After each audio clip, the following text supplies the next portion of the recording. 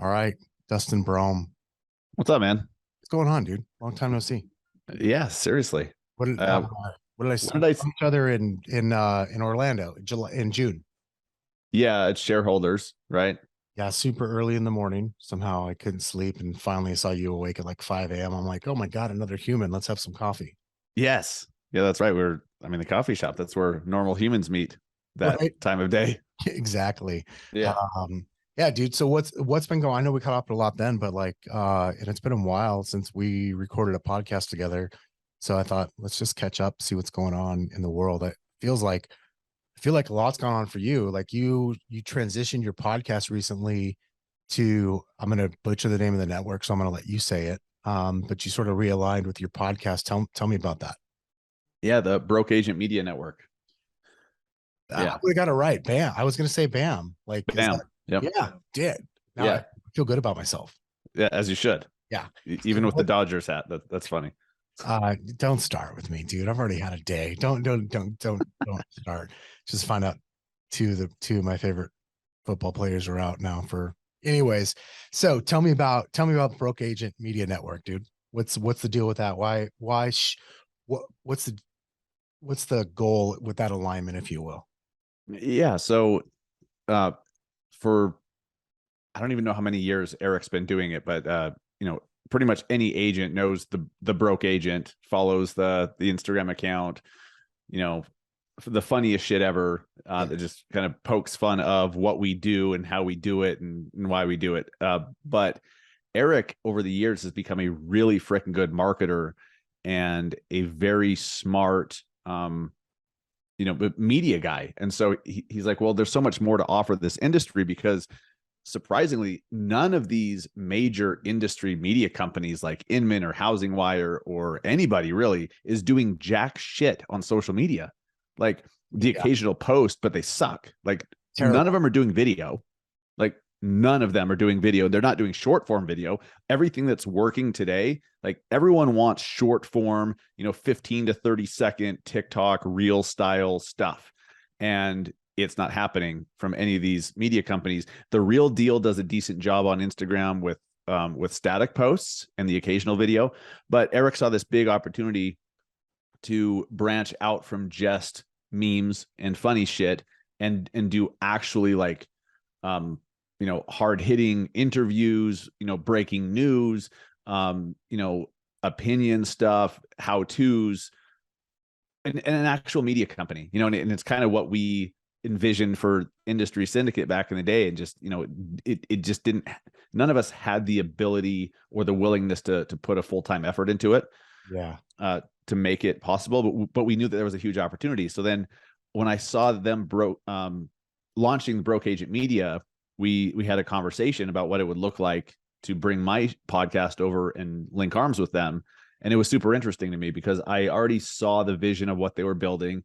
They seem to have the ability and the chops and the brand and the resources to actually pull it off and to do what I knew the industry was craving.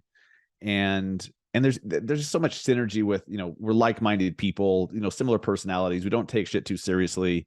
And we talked about what it would look like and it made sense. And it's become a partnership now. So now my podcast is a part of their network, and there's a lot of cross promotion and collaboration. And what's really cool is now whenever I record my podcast, their team, which is like the SEAL Team 6 of content, I swear to God, they're so good. They're so on top of shit. They'll take my video that I wasn't doing a whole lot with prior. They'll take it, they'll take little clips out, they'll put captions on it, they'll make it perfect for short form video on Reels and TikTok and YouTube Shorts and everything. So that's all done. So it's just helping me reach more people. I'm helping them reach more people. It's just it's an awesome thing that is super collaborative. So when did that become official? Was it August? It might have been August. Okay, so it has been a few months already. So Yeah, it's been a few months. sounds like you're happy with that decision so far. Oh, totally. Yeah, they have such an all-star team behind them. It's not just Eric creating memes every day. It's not just Byron Lazine, analyzing the news and breaking it down. They have a whole team of content creators, graphic designers, video editors, and so I'll record a show, or we'll do one of their shows like the walkthrough, and within 2 hours they'll already have short form clips ready to go out. Like it's incredible. Damn. I'm Yeah. hoping like when you and I finish recording this, I hope within 2 hours I have this uploaded to the Google Drive to just send to my podcast producer. Sarah, Right. Sarah, if you're listening, which I know you are, I promise to get this to you soon. Yeah. So that's interesting. So I love that. And There's so levels to this game, dude. no, there definitely is. I see the need. Man, it's so funny. Back in the day, I back in the day, God, I'm not that old. I guess maybe I am. Back in the day, a year Uh, ago. 6 years ago, started a Facebook group called Next Level Agents, with my business partner Fred and Cody Gibson, who three of us just kind of aligned on a lot of things, building similar businesses, whatnot. Sort of disenchanted with the groups that were out there, and so we just saw a need because we wanted to create a group that we were part of ourselves, or that we wanted to be a part of ourselves, right? Yeah. So we did, and it was okay. But I remember specifically the three of us meeting one time and talking about like, man, maybe this could be a media company. Maybe we could turn this into like breaking down the news, providing content, bringing real education, because there's a lack of from at least the media companies, in my opinion, there's a lack of actual um content rich education anyways. Oh And yeah.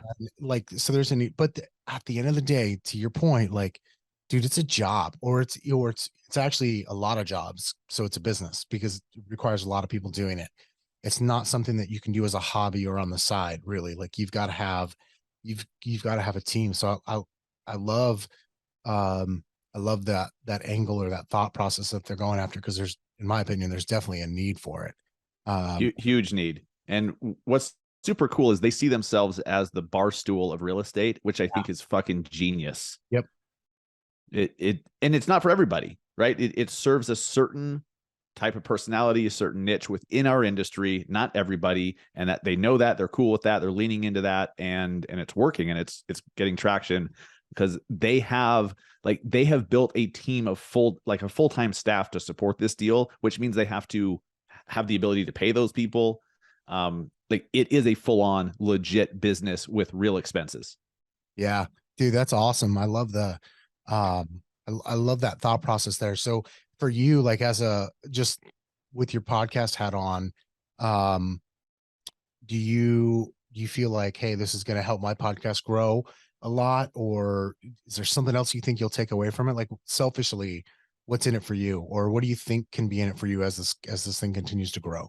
Yeah, and honestly, that was top of mind the whole time. Like, from the first conversation, it's not just like, you know, I'm a business as well. My brand is a business. So of course I have to think about, will this help grow the brand? Will this help gain exposure? And that's the goal. Will this get more exposure? Will this help me grow my audience? Will I reach new listeners, new viewers? Will I be able to potentially get more sponsorships for my show and, speaking opportunities and all that? And yes, it's happened already. It's been great. I've seen my audience for the podcast grow quite a bit. I'd say just in a few months, 30-40% boost in listeners. Damn, Yeah, right. I mean, closer to 30, that's but significant though. it's significant, it's tangible, and you know, it's cool. It's really cool, this collaborative thing that happens within a network, within a, you call it whatever you want, but it's a bunch of content creators linking arms with other content creators, tagging each other, sharing each other's shit, promoting each other's stuff. Nobody's trying to be like, hey, everyone look at me, don't look at them. It's, hey, look at us. Yeah, And it's working. It's really cool. That's what Barstool has done really, really, really well. Excuse me, really, really, really well, is like they're always promoting all the creators who are on their shows, and they all have their own brand identities and their own personalities, and they encourage and cultivate that. And that's why they're growing so much. That's why they're so powerful and so broad. dude, that's so true. Like I just think of things like I think of like so two things, just like to bring it back down to like the real estate agent, like the salesperson's level, if you will. or mindset, which is, think about how true that's been for us at EXP Realty, right? Like kind of linking arm, like that linking of arms to help all of us do more. I think is super beneficial. I know that, you know that, because we both experience the many benefits of that within our brokerage. And then I look at like my good friend Ben Kenny and his company Place, where they're effectively doing that for real estate teams, regardless of brokerage. It's the ability to bring a group of people who are effectively trying to climb up the same mountain and say, instead of like, I'm going to take my path, you're going to take your path, it's like, no, we're going to go together, and we're all going to get more out of it. I've seen that in so many different variables in the world, not just in the real estate industry, but around the world, period, where like that makes a lot of sense. A friend of mine's father-in-law owns he's a dentist. He's like, he's your prototypical like high producing real estate salesperson. So he's like an amazing dentist. And like the business part of the business was like the least fun. And he ended up partnering with a group of other doctors, that kind of took the load off of some of the other stuff. So it was like he could specialize in what he's doing. And as a whole, they all got better from it. And I think that in as things get tough, especially in our industry now going forward, like the more collaboration we have and kind of partners, if you will, or networks that we have that we can tap into to help ourselves, I think the better off we're going to be and the further we're going to go. I could not have said it better. And you're right. There's some environments within real estate, some brokerages, some teams, some offices that are more collaborative than others. There are some that are built that way from the get-go. There are some where that collaborative culture is literally built into the DNA, and some that are just trying to force it. And you can tell, like, we're fortunate enough to be with a company and to be with a company that is at its core collaborative, and it attracts like-minded collaborative people. And so just being with our brokerage has been such a huge blessing for me personally, because of the proximity to others who are steps ahead of where I am, who are willing to turn around and be like, hey, come with, like, here's how I did it. Here's the roadmap. Here's what you need to do. I'll help you.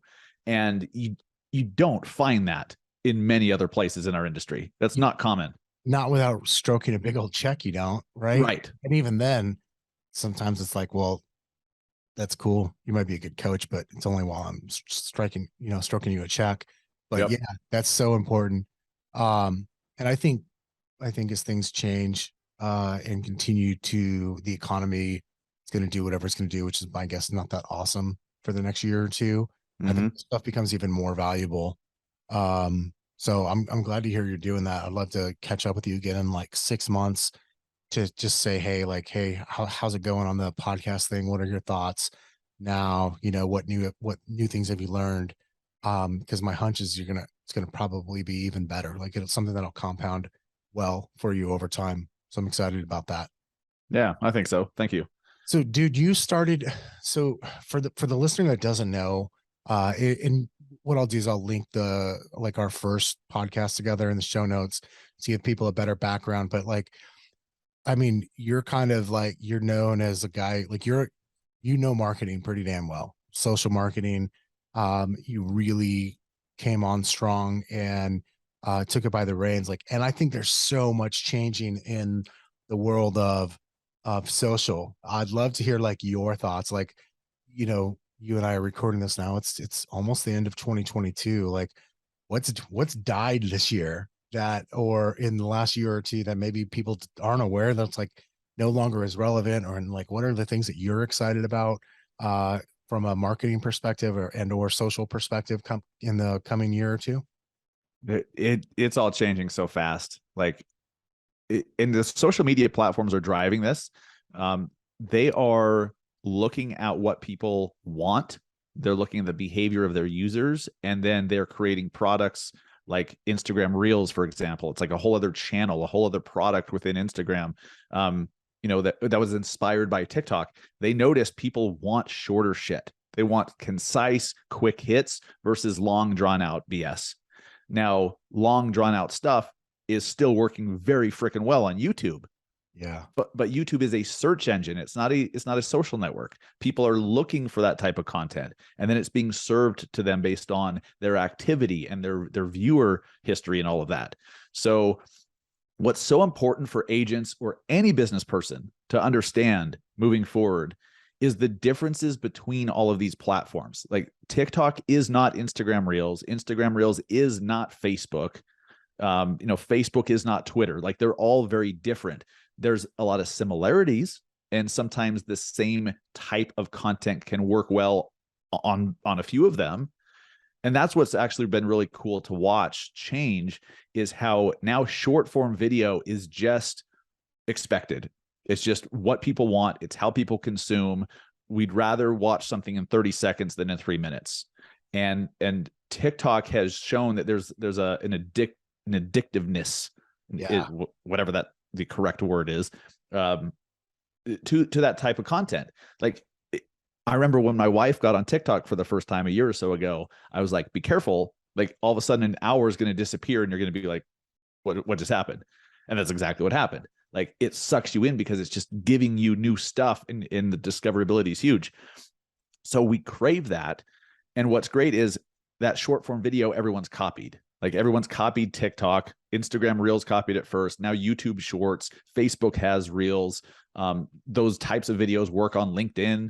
So what's really cool for creators is now you can take a short form video, you can record one video and post it to multiple different places, which is really cool. You don't have to do 5 different videos. You can do one video, post it to 5 platforms.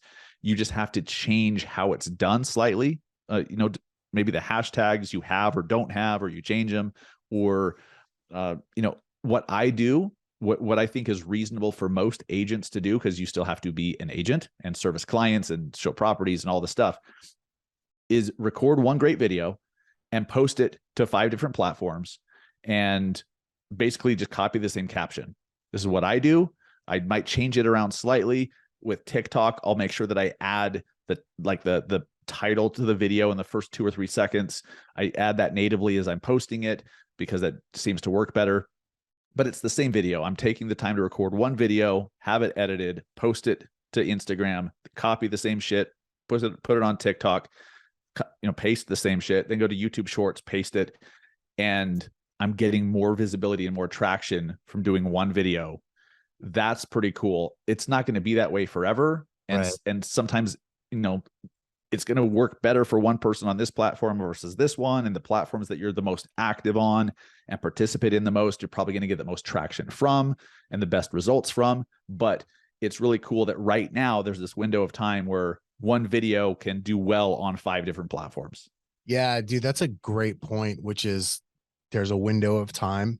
Neither one of us know if that could end in January or it could end in 2 years. Like it's probably not 2 years, but it's what the reality is there is a window of time. I think still, like Gary Vee's been saying this for years, and it's still the most misunderstood thing for people who want to gain followers or traction in social, which is the attention arbitrage, the ability to go exploit where the opportunities are. To your point, one video that's a TikTok style effectively used 5 different places. Like that's now the exploitation that is available for a period of time. And then it'll be something new. Who knows what it'll be, but it will be something new sooner or later. Yes.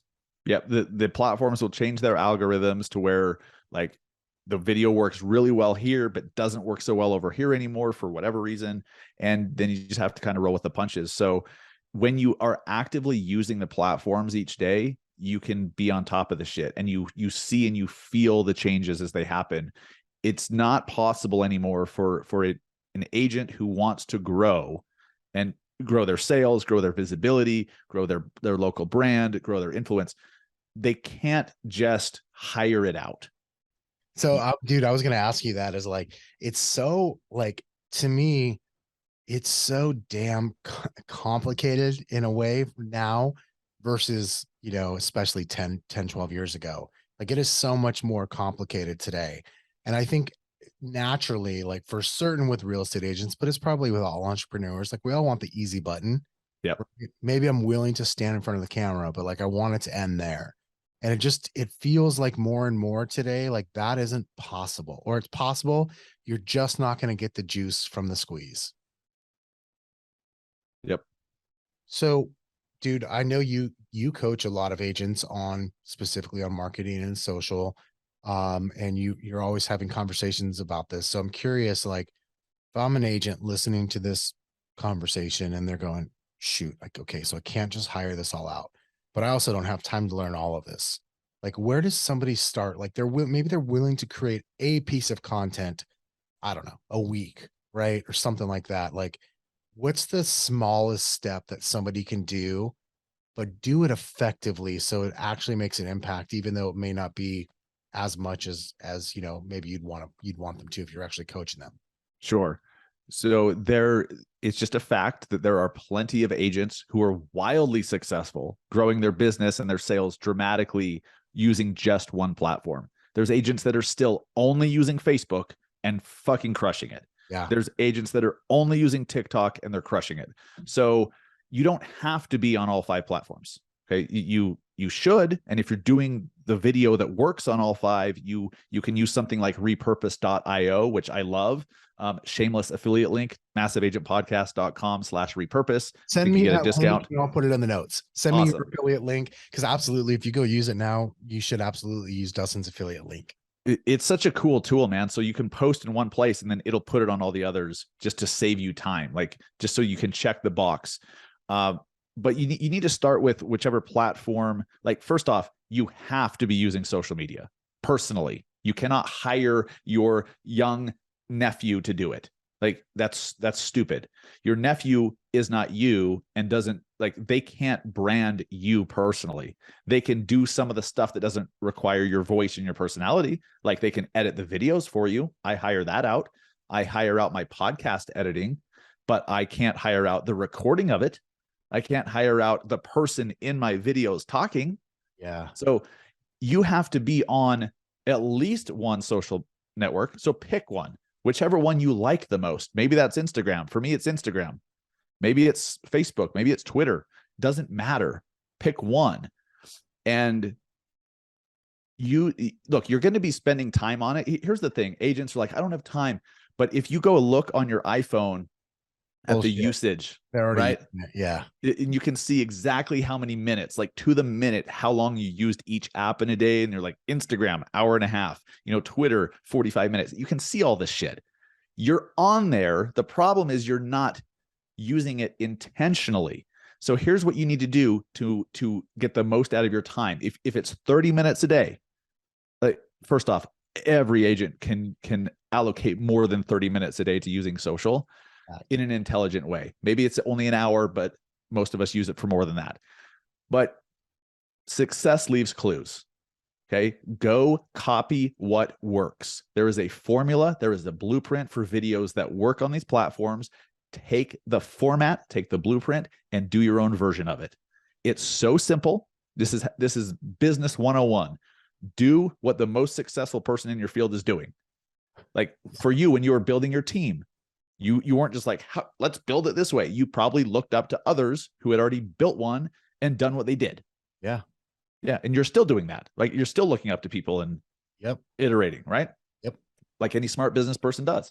So any smart content creator consumes a shitload of content. The best content creator is the best content consumer, as long as you're consciously and intentionally consuming it to learn and take inspiration from it. You're going to break it down. You're going to dissect it. If you're watching a reel that went viral and had 1.5 million views, and it's just a home tour of a luxury home for 1.5 in Austin, and dissect it. What I mean by that is how many different, were they photos? Were they videos? I guarantee they're all videos. But was it showing for 1 second or 3 seconds? And then what did the transition look like? Was there music playing? How loud was the music playing? Was the agent seen in the video or not? Was there a voiceover or not? And when you can see, okay, that reel that went viral, 1.5 million views, it had 8 different video clips where they were panning through the rooms, and each one was 2 or 3 seconds long. So now there's a format that you can just go fucking copy. Yeah. Dude, that's so true. God, that is It's so true. You remind me of a story. My buddy Frank Klesitz, who owns Viral Marketing, told me. He was like, dude, when he goes to an event that he attends, he's got two notebooks on him. One notebook is to take notes on like whatever's being said from stage. The other notebook is about what is happening at the event. How is it being put on? What are the things that are occurring? So like he's been to like business mastery with Tony Robbins a couple times. Like he's got a notebook full of like notes on the event, not of the speakers on the event. Like, so he's always got like these two notebooks because he's going, how would I replicate this? Like, what's that, what's that cheat code? I love that because if you're going, I'm not creative enough, I just don't know what to post about. Cool. Like you said, go find out who is, like what works, copy their ideas, redo it in your words. And then to take it a step further, like what's going viral? Why is it? And then try to dissect why did that go viral? Right. Right. That's all I do. That the people that I look up to and that I take inspiration from and that I rip off and duplicate, that's all they do.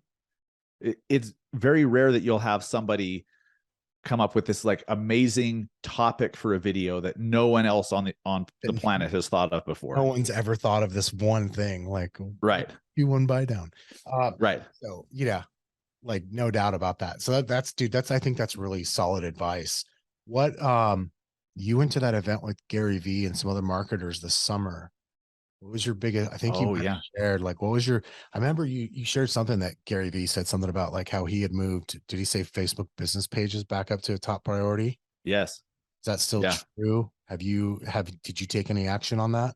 Yeah, I did. And yeah, it's definitely true. So that was the Forward event that Neil Dingra did in July in Vegas. It was awesome. So Gary V was there, Bradley, Ed Milet, and a few others. And it was just incredible. But one of the bombs dropped that was really surprising is Gary V said that like just the day before or the day or two before he got there, he and his content team met, and they as a team took as far as priority of which platforms are their top priority, they took Instagram from number 1 to number 4, and Facebook business pages was now number 1. And so the very first thing I did when I heard that, again, success leaves clues. You don't say, oh, business pages. Okay, well, what? So I went to Gary's business page and I'm like, what is he posting? He's posting reels on his business page. And there's some text-based posts and, but most of it is reels because that's what's working. That's what Facebook is wanting you to post. Facebook is paying people to post reels on Facebook. They're pretty telling, right? So that was interesting. I definitely dove in and started doing that right away. Personally, I need to completely delete and reboot my Facebook page because I have some bullshit followers from like 5, 6, 7 years ago. Yeah. And so my engagement's fucked. Like, it's never going to go that far because I have this cap. Let's say 50% of my followers are fake or just like not engaging, like not real, like from Pakistan or Bangladesh or something. Those 50% will never engage with my content. So even if literally all the real followers do engage, if every single one of them engage, the best engagement rate I could ever have is 50%. This is why I deleted my Instagram account back in February and restarted. Tell everybody about that, just because I found that fascinating. Like, tell that story about why you deleted it. How, like, what was that process like for you, and how's it gone since? Yeah, I wish I would have done it years before, but in the past, I was much less intelligent, much less wise than I am now, and I just didn't have the understanding of the platforms and of the algorithms and what could come back and bite you in the future. So I remember I think I'd gotten to like 8,000 or 9,000 followers on Instagram, and at the time I really wanted to have the swipe up link feature. Yeah. Which you needed 10,000 followers at the time to have that. So I bought 1,500 or 2,500 followers or something, like to get me over 10,000. I think I got to 11,000 or something. And I mean, that totally screwed me up, So first off, now anyone can post a link in their story. You don't have to have 10,000 followers, but all of those fake accounts and the bots, they killed my engagement rate, which put that ceiling on everything that I would ever do moving forward. And so I looked up to my friend Neil Dingra, who had a similar issue a few years ago. He deleted his Instagram and started over fresh, like I want to say 3 years ago. And now like it's exploded because he does really, really good shit. He's consistent with it. He followed a certain formula. Uh, Instagram Reels took off right when he was getting really good at doing them. And now he's at like 130,000 followers. And he's making literally millions of dollars per year net from his content. And none of that would have happened if he had not deleted his account and started over, because he did some, gray area type shit in the past. So I did Questionable. that in February. Yeah. So Yeah. so we're recording this. It's November. Yeah. You're glad you did it. Sounds like. Oh God, dude, the very first day after I deleted the old account, started the new one, and after about a week or so, I was able to get my old username back on my new account. So every link that I had out there was all the same. That was cool. But I realized like the very first day, my engagement was through the roof because every single person following me wanted to. Every single person clicked the follow button. They chose to. So then they were engaging with my stuff. And I'm like, I'm getting more messages, more story views, more replies, more comments, more everything with like 800 followers than I was with 14,000 bullshit followers on the old account. Did you I don't remember, like, did you actually go in the order of delete, create new, or create new, then delete? I created the new one.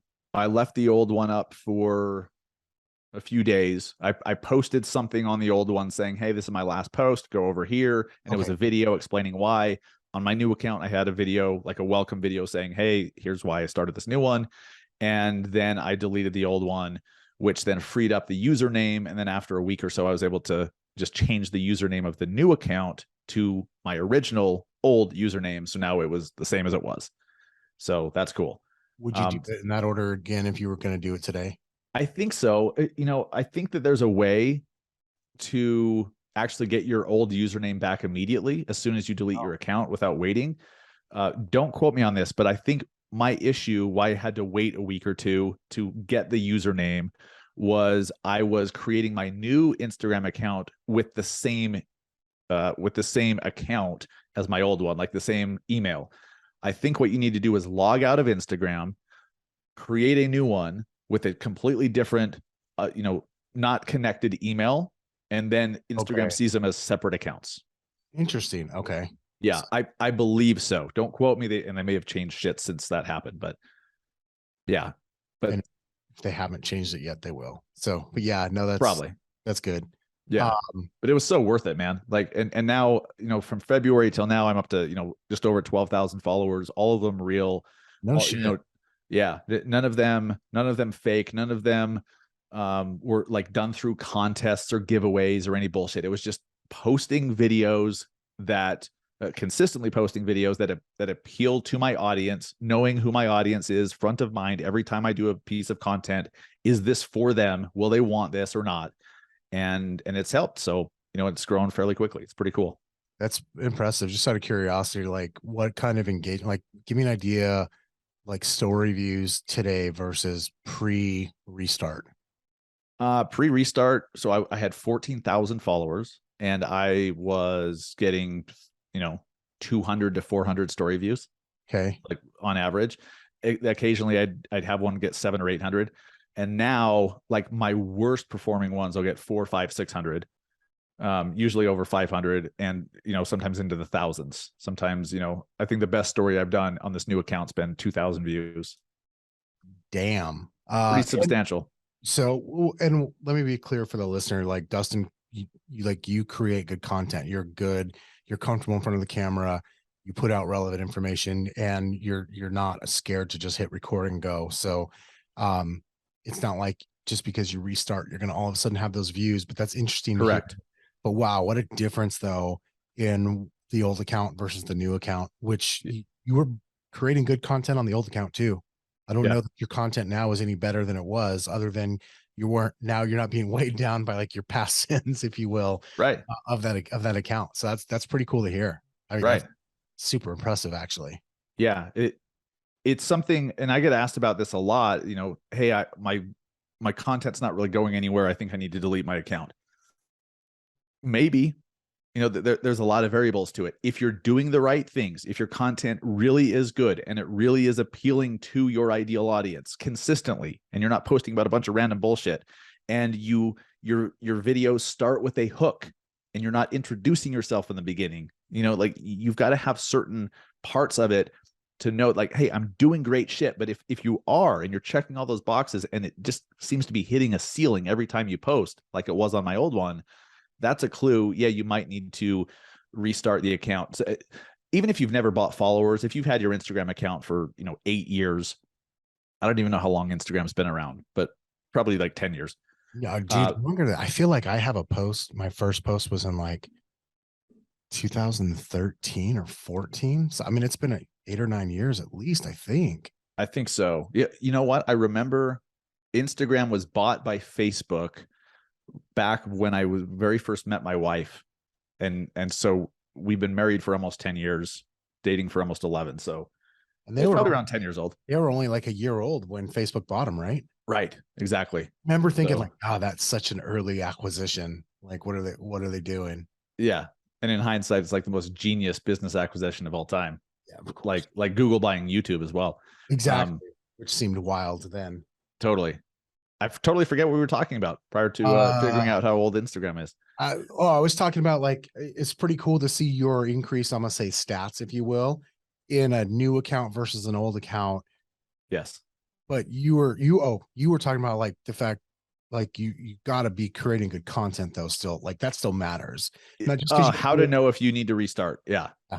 Yeah. If you're checking all those boxes and you really are doing good shit, and your content's hitting a ceiling, and you've done some stuff a few years ago, maybe you bought followers straight up like I did. Maybe you did some shady, like, giveaway shout out things where you get a bunch of followers that really don't care. They're only following you to like qualify for a drawing or something. Like, look, you only want followers who want to follow you. You only want followers who are going to engage with your stuff.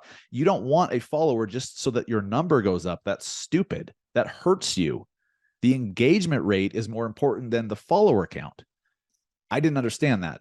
So, some people may just have an old stale account that's been open for 8 to 10 years. They've really just done a bunch of bullshit that wasn't appealing to anybody, and now they're doing good stuff. Yeah, you might be a good candidate to start over fresh. But most people that I speak to are like, my content's not doing so well, I think I need to start over. Their content's just not that good. It's not that consistent. And they should focus on getting that dialed in first. So if that person, like, so back to maybe what we were talking about earlier, like if that's me or the listener, like, then it's like, hey, go pay attention to what's actually hitting, like, or what people are paying attention to. Yeah. And this goes back to what you said. It's complicated. There's a lot of nuance to it, right? You got to spend a lot of time to even understand the nuances of the shit. But that's why it makes so much sense to know who you're trying to reach, like really define who your audience is, understand what they want, not what you want them to see, but what they actually want and will consume. And then go find people who are already doing that very well and rip off and duplicate. Dissect what they're doing, how they're doing it, do it yourself. And it's going to take practice. You're not going to be as good as them right away with your first couple videos. That's how it works. You suck in the beginning, and over time and practice, you get better. But if you're willing to do that, you can absolutely start getting some serious business growth on these social networks. Yeah, God, I'm exhausted from hearing about that. Right. So, like, I'm like, oh my God, that seems like so much work. But it is. I think it's like anything else though. And I mean, I think you and I are both talking about, at least I am talking about using the social account, whatever it is, like for a business purpose. So if you're gonna use this for a business purpose, then yeah, like you got to put some fucking effort into it, right? Like, just like you have to do that with the rest of your business, Weird. right? Weird. This isn't like, you tell me I can't just become famous for being famous or something like that. Like, Totally weird. yeah. Yeah. And it takes practice. Like, what's so crazy to me, like, so my son, he's 8.5 and he's getting into soccer and he's doing some stuff, and he gets so frustrated when he can't do something right away. And so like, I'm really learning how to teach him, like, look, anything that you've ever learned how to do, you sucked at to begin with. Everything, like when you started to walk, when you learned how to eat, talking, like riding your bike, everything, you have to suck at it. That's literally how the world works. When it comes to doing great work on social media and doing stuff people want to see, it takes practice. You can't learn to drive a car unless you're behind the wheel, figuring the shit out, running over some orange cones. Like, you can't just read a book and then go drive on the roads perfectly. You have to suck until you don't suck anymore.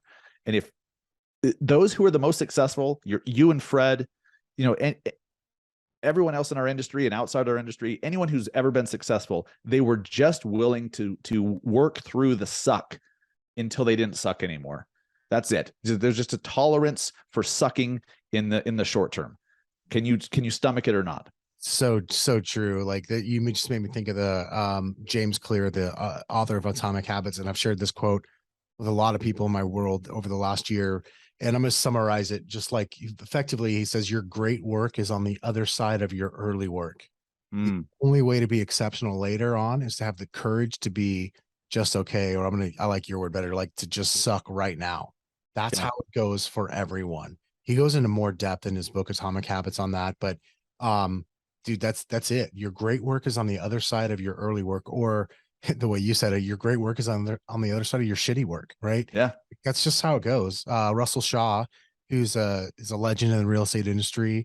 Anybody who's ever like millionaire real estate agent knows who Russell is. He's here locally in the Phoenix area. Like, I remember early in my career him saying like, well, the way you become a really great listing agent is you start off as a really shitty one first. And then it's like you go through these progressions. And I think that's true with everything in life, whether we're talking about something like gaining a skill like soccer or a sport, or, anything, working out, or building your real estate business, growing social media, things like that. Like, that's just, Talking to clients. yeah, it's a Yeah, principle, right? Like, that's just a principle of life. It's like it's a scientific law, basically. it is. But it's not sexy. So that's the problem. I remember when I was young, I was struggling, I was frustrated because I just wasn't getting traction quick enough. And the mindset I had was fucked. The mindset I had was like, when I heard somebody say that, or even our conversation about collaboration with other agents earlier, I'm like, get out of here with that Pollyanna bullshit. Like, Yeah. give me some tactics. Like, tell me step one, step two, step. If you don't have a solid foundation, all those tactics won't do anything. I mean, just look at your life and career right now. You're probably doing a lot of the same things that you see other people doing, and they're getting business from it, but you're not. Why? Your foundation inside is fucked. You've got to focus on the basics. And sometimes a perspective shift is the most productive thing you could ever do. And the beauty is it can happen like this. It doesn't have to take 3 years to have a perspective shift. It can happen in an instant. Or it can take months. I don't know. But you've got to focus on that first and then the tactics. Yeah, dude. So true. What's really interesting too, when you think about it, like we started off talking about like, how TikTok is really like, it's changed the game. Like, it's changed the algorithm for everyone, right? Because it's like these 15 and 30-second videos is where so the average person, that's their attention span. Like, we know, like, if I want to get attention, it's got to be 15 to 30 seconds. If I want to be good at getting their attention, I got to spend years figuring that out, to how to, like, think about what the missing link between those two mindsets of someone who only wants something in 15 to 30-second intervals, versus I have to become a master of my craft so that way they'll watch my 15-second video. Like, that is those are wildly different paradigms. Yes, it really is. It's a wild world, and it's evolving quickly. We are evolving quickly as a society. I mean, everything's changing, and it's just important that you're aware of what the changes are. You roll with it. And, if you have a weakness, you hire someone to fill it. Like I am not a great video editor. That is not the highest and best use of my time. So I hire it out. I have someone who I can just send a raw video to. Like all I do is I click record on my Sony camera. I upload the video to Drive, send it to my editor. He sends back stuff with cuts and graphics and captions and all of that. And then I post it. Like that's video editing is not the highest and best use of my time. So I hire that part out. I have to be on camera. I have to be the one saying the words, but all the other shit I don't have to do. So, I mean, use that however you want in your real estate business. If you're putting up your own signs, do you have to? Can you hire someone to save that hour of driving? Yeah, that's probably a whole other conversation about the person who thinks they have to. Right. God forbid somebody else could do a better job at putting a sign in the ground, but than me, no doubt. Right. So what to switch gears a little bit, dude. So we're coming up on, it's gonna be 2023 in like 10 seconds from now. Obviously, markets shifted quite a bit. Like, what's on your mind, not outside of the social media world, like as far as like real estate? What do you see happening, or what are your general thoughts about what's going on? I'm not super sophisticated with this stuff, but I am a thinker. All right. I do have some common sense, and I see the ability to pick up great assets, whether those are stocks or properties or, invest in companies or whatever, that are now on sale. Right. Yeah. You're able to invest in Apple or Starbucks or, whatever, these companies that are super successful and will continue to be, and they are on sale. You hear that millionaires are created during recessions. Some of the largest companies, some of the most valuable, most profitable, most influential companies on the planet were all built during recessions. That's pretty telling. So I'm like, okay, I'm not super sophisticated. Like I'm not going to go day trading or do any of that shit where I have to read charts and all this stuff. But like, if I could just realize, okay, let's say prices go down 10%, home prices go down 10% here in Salt Lake ish. I'd rather buy a property for 10% less, finance the thing, even if interest rates are a little bit higher, does it cash flow? And then over time, as people are losing jobs and can't qualify and interest rates are pushing them out, the demand for rent's going to be more. So I think buying rental properties is probably a great idea to do. So I'm working on that. I'm working on investing in some companies that I have the opportunity to through a network of mine, through a mastermind. Working on starting, some little projects that now I actually can get talent to come work for me because they're available because they just got fired from Twitter or wherever, right? I mean, stuff is going on sale. Stuff is becoming easier to get, more accessible. And so those that see that can really like lay the groundwork for massive success a year or two or three from now. Yeah. No doubt. I continue to be excited about this as well. I know, unfortunately, there's been a lot of people who get hurt in the next year or two. And strategically, I'm equally as excited about it. And I love where your head's at, because anytime there's chaos, there's massive opportunity. That's right. That's right. And there's so many hundreds of billions of dollars, if not trillions, just sitting on the sidelines, waiting for the dust to settle, waiting for some stability, waiting for some clarity to happen, not just in real estate, but, across the board within the markets. So, they're not stupid. Let's just see what they do and do that.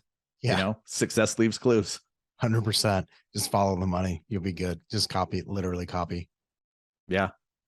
Awesome. Really all you need to know. And then it requires some action and probably getting out of your comfort zone a little bit, taking some risks. But I've always thought, not always, no, I've grown to believe that the biggest risk oftentimes is not doing something, not hiring the coach, not dropping 30 grand for a mastermind, not going, not traveling to a conference, not starting that business, not launching that thing, not hiring your first buyer's agent. The biggest risk is to not do it. Yeah, dude, I agree more. Some people are like, I can't afford to. And I'm like, oh, maybe you can't afford not to. Like that's the difference. And, I'm assuming you're responsible and past responsible. Yeah, the biggest mistake is like not taking the risk, not moving towards what you want. Like that's by far the worst thing that you can do, in my opinion. Dude, imagine if you had never turned on your microphone and started speaking to people outside your market. Oh, Where dude. would you be? I don't, gosh, dude. I mean, think Right? about it. Like we started making dumb videos in November of '09 just because I read Crush It. Read Crush It and started a video blog that weekend. What And if you never read Crush It? Isn't who, that wild to think about? yeah, it's why like it's literally it's kind of insane. Yeah. Uh I think anybody that like for most people I know anyways, not just myself that are like trying to accomplish something like they're willing to put themselves into uncomfortable situations, seek out mentors, seek out, mastermind groups or places where I can, where you can go and grow. That's a common theme that just always pops up. And I think it's just the truth. The most successful people I know, the wealthiest people I know, the most fulfilled people I know, they all have coaches. They all go to masterminds. They all go to like they have multiple coaches. They go to all these courses. Like they're constantly they're investing their money to buy back time by like when you can take a course or hire a coach or have a mentor, just like condense time for you. So rather than beating your head against the wall, like if you want to build a sales team, rather than trying to figure the shit out yourself, you just hire somebody or partner with somebody who has already done it and will just give you the blueprint so you can do it in 24 months instead of 24 years. Yeah. That's pretty fucking wise. Like that's a pretty damn good investment, wouldn't you say? I don't Yeah. care how much they charge or if they charge at all if you're partnering with them. It's so like this shit is not hard. It's not hard. It just takes some boldness and some willingness to do new shit. Yeah. And maybe that is the hard part for some people, but it is Right? simple. And Simple. it requires like it just there's like fortune favors the bold, right? You've heard that saying of cliches. It's a cliche for a reason because it's there's a lot of truth to it. Right. Right. Dude, this is good catching up. It's been a minute. It has been. We should do it. We should do it more often. Yeah, we should I don't know, do you ever listen to Tim Ferriss at all? Not enough. So he's got this one of his, I guess, like best friends in real life. His name's Kevin Rose. Oh uh yeah. Kevin's like an OG of the internet, right? And so He's a big NFT guy, right? he is now, yeah. But dude, actually, if you want to actually learn about him, he was just on My First Million podcast, which is one of my favorite. It's like my Ooh, yeah. business show. He Yeah. was just on was it last week or the week before? Nonetheless, very recently. They did a good job of like pulling his story out of him. The reason I bring up Kevin Rose is because him and Tim, they do something that they call the random show, where they basically kind of do this back and forth a couple times a year and just sort of like talk about whatever is going on for the two of them. Like they're off both obviously doing their own separate things. But then they come together, like I said, a few times, maybe two to four times a year, and just do a random show episode, which is just them kind of bullshitting and catching up, kind of like this. That's brilliant. I love it. I mean, we got on here not having any clue what we're going to talk about, and I think there's some pretty good shit that's going to help some people, and that's cool. I just added that episode to my Pocket Lists playlist. Nice. It's let me shoot me a text after you listen. Let me know what you think. I've heard him because I've heard Kevin Rose on Tim Ferriss numerous times. I bet you at least I've heard him on at least 8 or 9 episodes, if not more. But hearing him on My First Million, because those guys didn't really know him at all. Yeah. It pulled a lot of stuff out of him that I didn't even know. So I love the cool. My First Million guys. So there's Sean, and then what's the other guy that you interviewed? Sam Parr. Sam. Yeah. I love like they just ask great questions because they're genuinely curious. Yeah. And they're super, like they're smart. They're trying to learn. They're legit trying to learn from their guest and from totally people. Yeah. And that really comes up. If you can get like some people, I guess, have struggle with like the boyish, jokes and the bro laughing and stuff, but they are so smart and they have some of the best. I mean, that's really turned into probably one of my favorite episodes. I probably don't even have enough time in the year to manipulate my Spotify stats, but my guess is I probably listen to them more this year than anybody else. Oh, really? Yeah. Nice. It's a solid show. I really enjoy that one as well. So where do you listen to podcasts? Is it Spotify? I use both Spotify and Apple. To be honest, I prefer Apple. Like I think Yeah. Apple Podcast Player is way better than Spotify. Like I feel like I can't Hmm. search well enough on Spotify. I don't like the save feature on Spotify. Like to me, Apple works better. I have Spotify because I want to listen to Rogan and I want to listen to him without having to listen to commercials. Yep. And then they do have some music that I can't get on Apple Music, just like Yep. live stuff and things like that. So, but I'm not like this, not a Spotify maximalist like my business partner is. Oh, And is he? some of my other friends, snobby music friends, like they love Spotify. And I'm like, yeah, it's okay. It's cool. I like it. But for a podcast, I'll take the Apple player over Spotify all day long. Interesting. See, I use Pocket Casts. I haven't used Apple Podcasts in so many years, and there's very few people that use Pocket Casts. Like I look at my own podcast download stats, and I think it's like less than 1% of people are listening on Pocket Casts. I think it's the best player by far. I'll check that. I tried like 4 or 5 different podcast players about 2 years ago because I was like, there has to be something better than Apple. But I don't know. I ended up just going back to Apple and liking that better. Maybe I'll have to go search a few more now. Pocket Cast is cool, especially when you're trying to find an episode of a specific podcast. The searching within a podcast's library is better than any other platform. Like that's where these like Apple and Spotify, they suck in the searchability. Yes, way bad, way Yeah. bad in the search. I mean, Spotify though is absolutely horrendous. Like if these were grade levels, Spotify would be it potty training level of their life, and like Apple is like fourth grade. Uh, Okay. like that's the way I see searching. So I Yeah. agree. It'd be nice if you could search better. Yeah, I've tried a few different ones. Pocket Cast is what you're saying. I use Pocket Casts. Yeah. Right. I've really come to like it. Um, I'll I think give I've it a used it for shot. 4 years straight exclusively.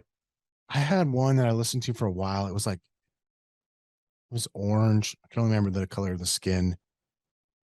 Just deleted it because I just deleted it probably 6 months ago because I realized I was like never using this anymore. Oh, is it Overcast? Yes, yes. I Yeah. used Overcast for a while, and then I don't know why I stopped. Overcast is pretty good. I used that prior to Pocket Casts. I don't know why I stopped either. I don't know. There's something about Pocket Cast and the adding episodes to your queue and being able to download them like when you're on a flight or whatever. I don't know. All As right, long as you're listening, that's all that matters. I'm gonna check that out. I'm gonna check Pocket Cast. All right, that's my takeaway.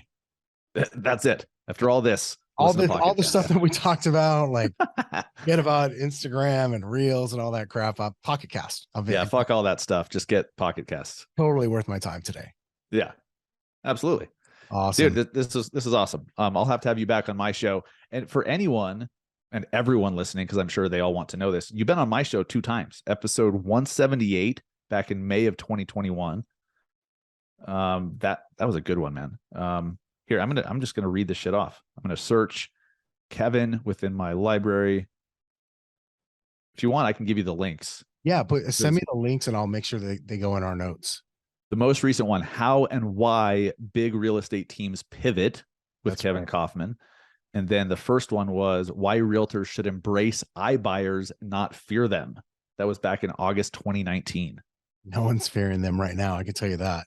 No, but dude, you were so spot on with that. I remember hearing your perspective about how agents should be using iBuyers as a tool to be like, hey, look, here's what they're doing. Here's what I can do as your listing agent, which is better.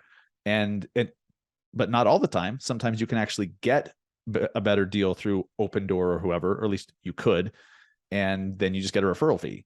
So, but either way, they're just part of your tool belt as a listing agent, which I thought was brilliant rather than like they're the competitor, they're bad, they're trying to put me out of business, fuck them. And so you've had that approach for years. And I think that's brilliant. Yeah, I think it's funny too. I think I just saw yesterday Redfin was like they stopped their iBuying and like laid off a bunch more people. Yeah. Um I I'm afraid now a lot of realtors are going to go do a touchdown dance on the fact that this is happening. And They will. the reality is just because some of these companies have either gone out of business or are in danger of it or having to very very much cut back doesn't mean, like, if I go back, I don't even I'm sure if we played that podcast back, like one of the things I had to say is like there's a lesson here in what the consumer wants. And just because things have changed and maybe some of these companies are starting to change and or not around doesn't mean that the consumer doesn't want that option. And we should still be looking at what's best for the consumer, not what's best for me, because that's the way it's always happened in the real estate business. Spot on, man. Yeah. And here's the thing, like all of these companies, Zillow, Open Door, OfferPad, Redfin now, it's not like they can't just restart the thing when market conditions improve or when they tweak things based on, what they've learned. They've already built the infrastructure. They can restart that shit at any time. Yeah. And, some of them probably will. Yeah, But dude, for sure. they're learning. Like, here's what I respect these companies so much. They're doers. Like they'll jump in and a lot of it is they're testing. Like it's not like we're going all in on this thing. This is going to be it for us. They're testing. Like it's a program, and sometimes it doesn't go well. It doesn't go the way they thought. Sometimes it goes better. I don't know, but they're testing and they're gathering data that they have and we don't. So pretty interesting. And like they're big companies, like they can actually lay people off, survive, like that, like Yeah. they can survive in order to, just like we can as real estate agents. Like the passing lane, as Curtis said a few times, like passing lane's about to get really wide. Like you could sometimes you just got to survive a bad season. And then with all the knowledge you've gained and momentum you picked up, like boom, you just can go to a whole different level. And that's, I'd be worried about if I was actually worried about these companies, like from a competitive standpoint, that's what I would be worried about, is the fact like they're gonna, whoever does survive this in that prop tech space in real estate, watch out for them in 2 to 3 years. They're going to go further than you thought. They've just spent a bunch of time figuring out what doesn't work, which Yeah. means they're closer to figuring out what does. Yeah. So true. Yeah. So true. Yeah, dude, Crazy. we'll link that. I know that we've had you on too. I'll make sure we link that as well in the notes. And yeah, let's do this again. Awesome, man. Great talking to you. What's the next event you're going to be at? Do you know yet? Yeah, hold on. I've got my proposed calendar up in front of me Are somewhere. you doing that Maui event with Brent Gove and EXP?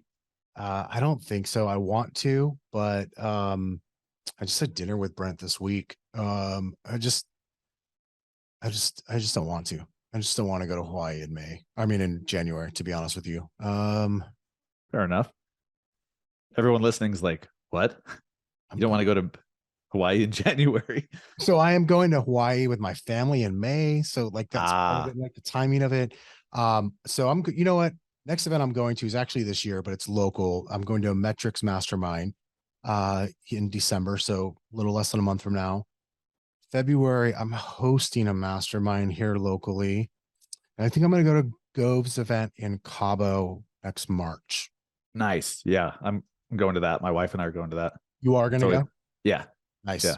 Okay. We've been the last 2 times. It's special. Yeah, no doubt. It's Yeah. a good event. Well, I'll see you there if not sooner. Yeah, man. I might be coming down to the Scottsdale area early to mid-December. I did it last year just to kind of like get some time to focus on myself and like plan for the next year and, recharge and refocus. So I might do that again. I'll reach out and let you know if I'm coming down.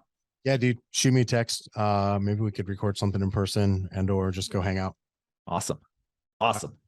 Always good to talk to you, my friend. You too, dude. Talk to you again soon. See ya.